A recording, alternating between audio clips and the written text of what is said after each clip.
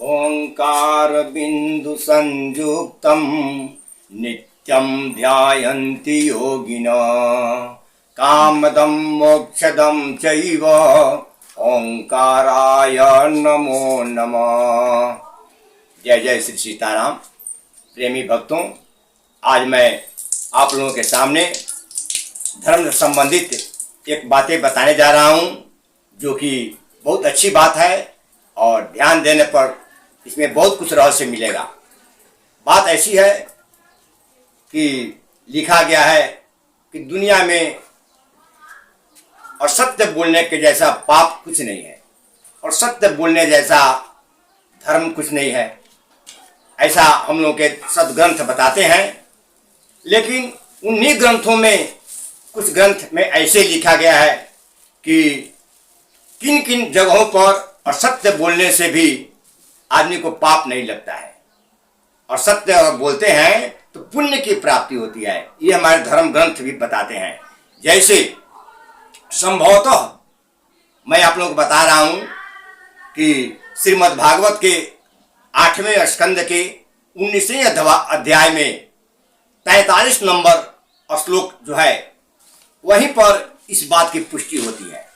भागवत के 8वें स्कंद के 19वें अध्याय के 43 नंबर श्लोक, यहाँ पर इस बात की पुष्टि होती है कि कुछ जगह ऐसे हैं, 5-6 जगह ऐसे हैं जहाँ पर व्यक्ति झूठ बोलता है और सत्य बोलता है तो उसको पाप नहीं लगता है बल्कि पुण्य की प्राप्ति होती है। देखिए कैसे श्लोक है कि स्त्री सुनर्म विवाहे च वृत्त्यर्थे प्राण संकटे अगो ब्राह्मणार्थे हिंसायाम नानृत अस्मांजोपि स्थितम।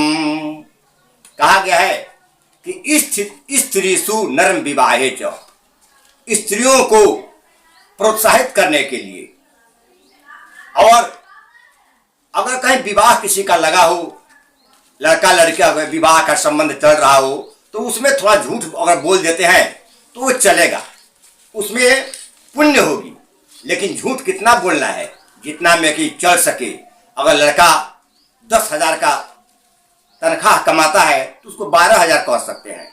और लड़का के पास 10 बीघा जमीन है, उसको कह सकते हैं कि नहीं भाई 11 बीघा जमीन है, 12 बीघा जमीन है। इतना झूठ, थोड़ा सा झूठ बोलने से शादी संबंध हो जाता है तो कोई बात नहीं। स्त्री को अगर थोड़ा सा झूठ बोल देने से वो प्रसन्न रहती है, कोई घर में कलह नहीं होता है, तो थोड़ा सा उतना झूठ बोल करके और प्रसन्न किया जा सकता है, इसमें कोई बड़ी बात नहीं है। इसलिए कहा गया स्त्री सुनर्म विवाहे च वृत्त्यर्थे।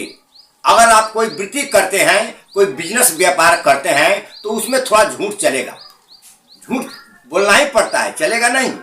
अगर हम 50 रुपया कोई वस्तु लाए हैं तो ग्राहक से अगर उसको हम 55 रुपये में बेचते हैं तो हमको बोलना पड़ता है कि भाई आपके लिए तो हम 55 रुपये लाए हैं, 55 नहीं दे रहे हैं, हम आपसे फायदा नहीं ले रहे हैं, क्योंकि आप हमारे नज़दीक के हैं, आपसे हमारा संबंध है। इसलिए यहाँ पर झूठ बोलना पड़ता है। संबंधी भी बता दिए, नज़दीकी भी बता दिए, और कहते हैं कि हम जितना में लाए हैं उतना में ही आपको दे रहे हैं। ये झूठ हुआ कि नहीं?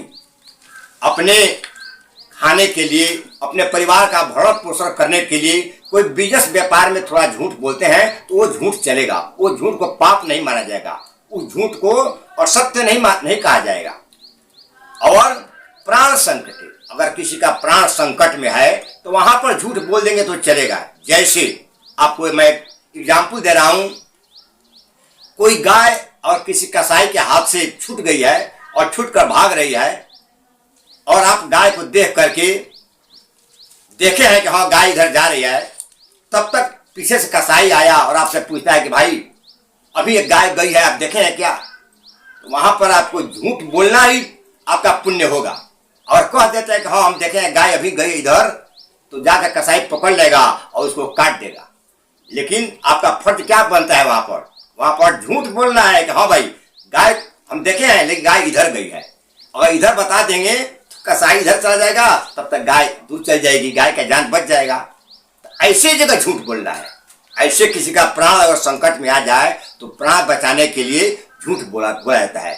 ये हमारे धर्मशास्त्र बताते हैं। और गाय की रक्षा करना हो, ब्राह्मण की रक्षा करना हो, और सामूहिक कहीं हिंसा हो रहा हो और वहां पर भी अगर झूठ बोलने से वो हिंसा बच जाता है तो वहां पर आप कर सकते हैं। इस तरह 5-6 जगह ऐसे हैं कि जहां झूठ बोलने से व्यक्ति को पाप नहीं लगता है बल्कि पुण्य की प्राप्ति होती है। हमारे रामायण में तो ऐसा लिखा है कि नहीं असत्य समय पातक पुंजा अगिर समोही की कोटि का गुंजा।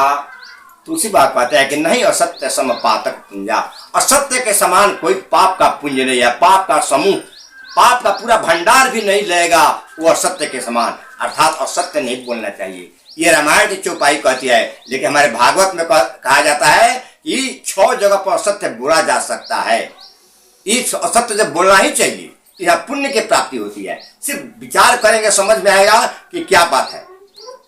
और क्या रामायण में लिखा गया हमारा कि धर्म न दूसर सत्य समाना आगम निगम पुराण बखाना।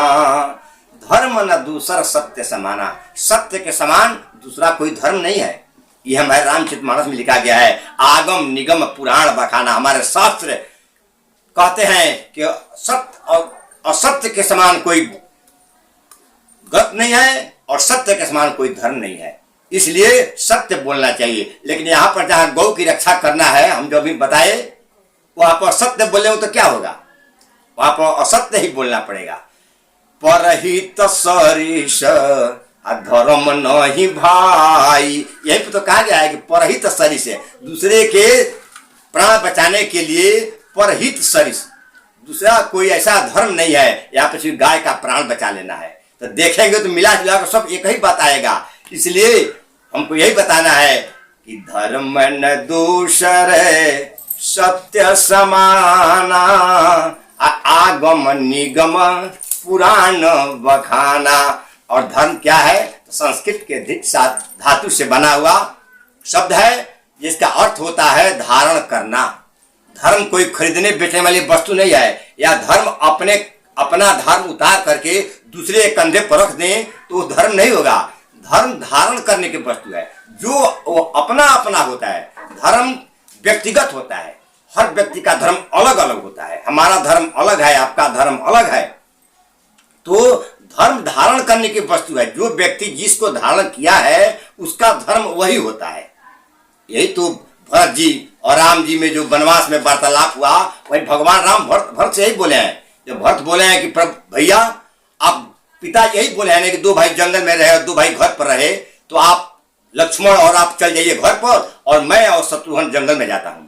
इसका जवाब में भगवान राम बोले हैं कि भरत तुम तो धर्म के धूरी हो, आपको क्या बताना है। लेकिन इतना मानो कि धर्म व्यापार नहीं है कि अपना भार आपके ऊपर उतार दें, ऐसा नहीं हो सकता है। धर्म हर व्यक्ति का अलग अलग होता है, जो अपने धारण किया जाता है। हरिश्चंद्र का धर्म क्या था, सत्य। हरिश्चंद्र सत्य को धारण करके किए थे, जो अपने में धारण किया जाता है वही धर्म होता है। तो सत्य हरिश्चंद्र का जो कहानी आता है, हरिश्चंद्र जो सत्य था वो सत्य को धारण किए थे, जो धारण किया जाए वही धर्म होता है। तो हर व्यक्ति का धर्म अलग अलग होता है, ऐसा नहीं कि सबका धर्म एक ही होता है, अलग अलग धर्म होता है। आप लोगों को हमको बताने का मतलब यही था कि शास्त्र बताते हैं कि असत्य नहीं बोलना चाहिए, लेकिन वही शास्त्र बताते हैं कि असत्य बोला जाता है। ये 6 जगह पर ऐसे जो 6 जगह बताए हैं स्त्री को प्रसन्न करने के लिए। कहीं विवाह का ऐसा प्रस्ताव चल रहा है, उसमें थोड़ा झूठ बोलने से विवाह हो जाता है। और बिजनेस व्यापार करते हैं, थोड़ा सा झूठ बोलने से हमारा व्यापार चलता है और हमारा परिवार का भरण पोषण चलता है, तो थोड़ा सा झूठ बोलकर व्यापार किया जाता है। इस प्रकार किसी का प्राण संकट में हो, गौ के, संत के, महात्मा के, ब्राह्मण को अगर प्राण संकट में हो या अपना भी प्राण संकट में हो, तो थोड़ा झूठ बोल करके प्राण बचा लेने में ये अधर्म नहीं है, ये धर्म है, ये पुण्य है। बस बंधु, इन्हीं शब्दों के साथ मैं अपने वाणी को विराम देते हुए आप लोगों से विदा लेता हूं। जय जय श्री सीताराम।